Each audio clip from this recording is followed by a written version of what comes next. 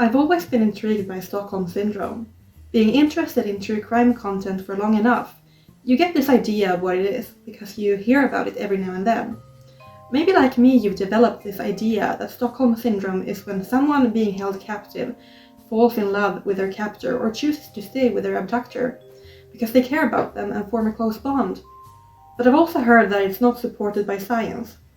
So I've decided to take the opportunity to explore the science behind Stockholm Syndrome. Hopefully, if you're watching this, maybe you'll learn something too. First of all, let's walk through the event that the term originates from. On the 23rd of August 1973, at 10:03 a.m. on a Thursday, a masked and armed man enters a bank on Norrmalmstorget in Stockholm. He fires his submachine gun inside the bank and told the people inside to get down on the ground. The bank robber picked 4 hostages, 3 women and 1 man. All 4 hostages worked in the bank. 1 employee managed to alert the police, and all available police vehicles were called to the bank. Some police officers entered the bank, and one of them was shot in the hand after he made contact with the bank robber. After this incident, the bank robber announced his demands. He wanted 3 million in Swedish and foreign currency, a fast car, and pistols that were easier to handle than his submachine gun. And perhaps most interestingly, he wanted to leave the bank with Clark Olofsson, a known Swedish criminal who's incarcerated in Norrköping at the time. The government made the decision that Clark Olofsson will be taken to the bank and a Ford Mustang will be parked outside. Now, they're not just gonna immediately give the bank robber what he wants. The plan was to stall and negotiate. However, this isn't going too well, and the robber started to threaten the hostages, and to calm down the robber, they decided to send Clark Olofsson into the bank. On Friday, the 24th of August, they identified the robber as one Janne Olsson. The bank robber called the Swedish Prime Minister, Olof Palme, from the bank vault. He claimed that he would kill one of the hostages unless Palme granted him free passage while keeping the hostages. But he didn't get what he wanted, and he didn't kill anyone. On the same day, one of the hostages was able to speak to the Prime Minister as well. And here's where things start to get interesting. During the 42-minute phone call, she said, "I think you are sitting there playing checkers with our lives. I fully trust Clark and the robber. They have been very nice. But you know, Olof, what I'm scared of is that the police will attack and cause us to die." She felt that she was safer with a bank robber and wanted the police to stay outside. During the night, the police closed the doors to the vault while everyone was sleeping. So now the bank robbers/kidnappers were trapped inside the vault. On Sunday, they tried using tear gas to get them out. But of course, they need to actually get the gas into the vault. So they started to drill a hole into the vault. But of course, Olsson and Olofsson noticed this, so they sabotaged the drilling, and when they resumed drilling, the robber called the police and informed them that he would kill hostages if they kept going. On Monday, a police officer was shot in the hand through one of the holes from the drilling. The police kept going, and on Tuesday, they're finally able to use tear gas inside the vault, and all hostages were safely rescued when the bank robbers surrendered. And the whole ordeal lasted about 6 days. After this, the term Stockholm Syndrome was coined by Nils Bejerot. He described it as a phenomenon that occurs through threats and isolation, and he called it a type of brainwashing that leads to loyalty towards the captor. He based this off of what the hostages had said, because they had expressed that they did not fear the bank robbers, but were more concerned with what the police might do. It has been rumored that there was some kind of romantic connection between one of the captors and one of the hostages, and this has been made into kind of a central feature of Stockholm Syndrome in media over time, even though there is no evidence of anything like that occurring as a result of the bank robbery that the term originated from. Either way, that was a short summary of what happened in that bank in 1973. There have been some proposed criteria that need to be fulfilled in order for Stockholm Syndrome to occur. It's thought that in order for Stockholm Syndrome to form, the event needs to take place over some time. It can't just be a short, spontaneous event. Remember, the bank robbery that inspired the creation of the term took place during 6 days. Secondly, the captor and the hostage needs to experience direct social contact, If they're isolated from each other, the hostage won't develop the condition. And thirdly, the captor must treat the hostages with some degree of kindness for positive feelings towards the captor to develop. Other than that, the situation itself needs to have some kind of direct threat, which clearly was present in the case with the bank robbery in Normansoy, because the bank robber was armed and threatened to kill hostages. In cases of Stockholm Syndrome, the captor and hostage is also kept isolated from the outside world, so the only person the hostage really interacts with is the captor.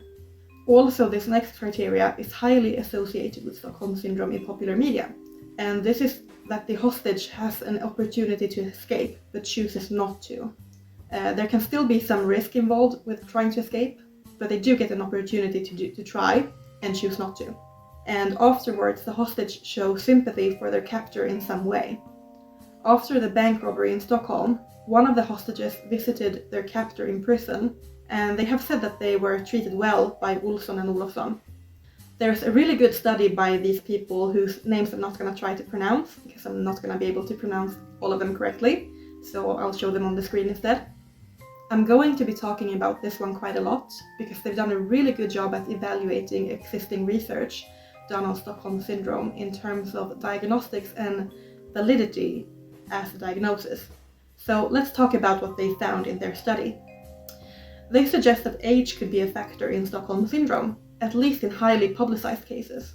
The victims are often on the younger side, sometimes even children. They suggest this could have to do with their captor being older than them and them assuming almost a parental role, being responsible for the hostage's well-being. The lack of validated criteria for diagnosing Stockholm Syndrome has led to some confusion. Basically, everyone is reaching different conclusions. Some say it's a rare thing, while others have said that it's more of a common thing and the level of Stockholm Syndrome can vary. There is very little evidence to support Stockholm Syndrome as a valid medical diagnosis. Instead, it appears to be used mostly by the media to avoid having to explain seemingly irrational behavior based on similarity between cases, really. And they conclude that nothing really suggests that it is a syndrome that needs any form of treatment or has any lasting effect on the victim's mental health, but these experiences might still affect personality, especially in young victims. Stockholm Syndrome has also been reported in other more common situations, such as cases of domestic violence. Finally, they conclude that large gaps in the research exist, but some similarities between cases can still be identified and needs further developing. It does contain the word syndrome, suggesting a medical condition of some kind. Jameson states that Stockholm Syndrome is widely used by the media, but not so much medically.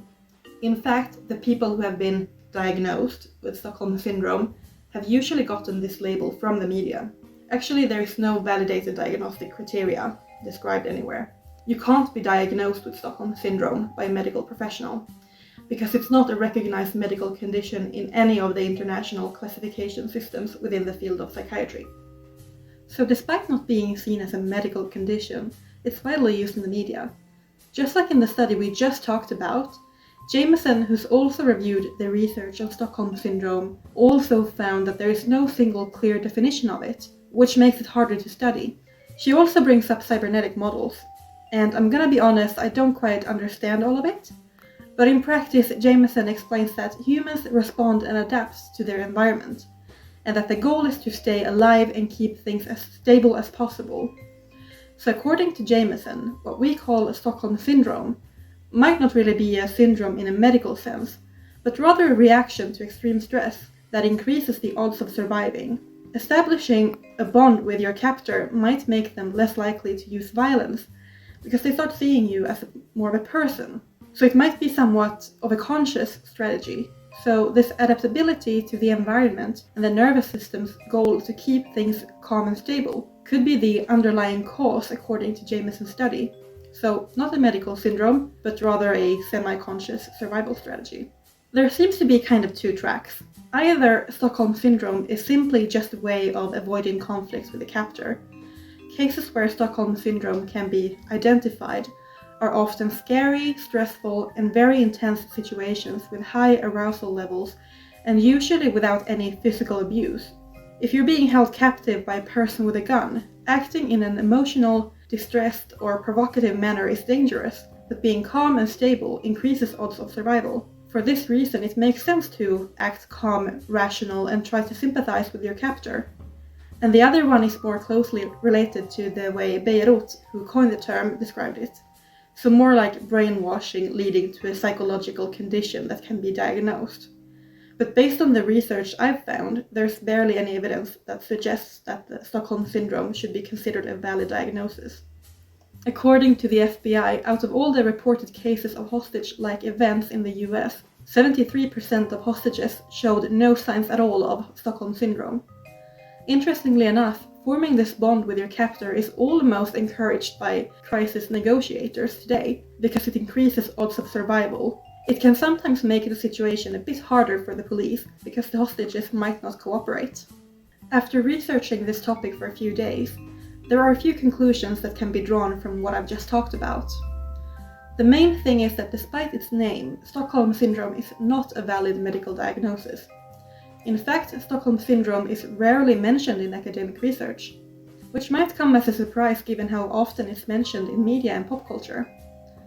There are some patterns that can be identified, mainly that Stockholm Syndrome is associated with highly stressful and threatening events where the captor is responsible for the hostage's well-being, show them some kind of kindness, and they're isolated from the outside world for some time. Also, the hostage gets some kind of opportunity to try to escape, but doesn't, and lastly, they express sympathy towards their captor.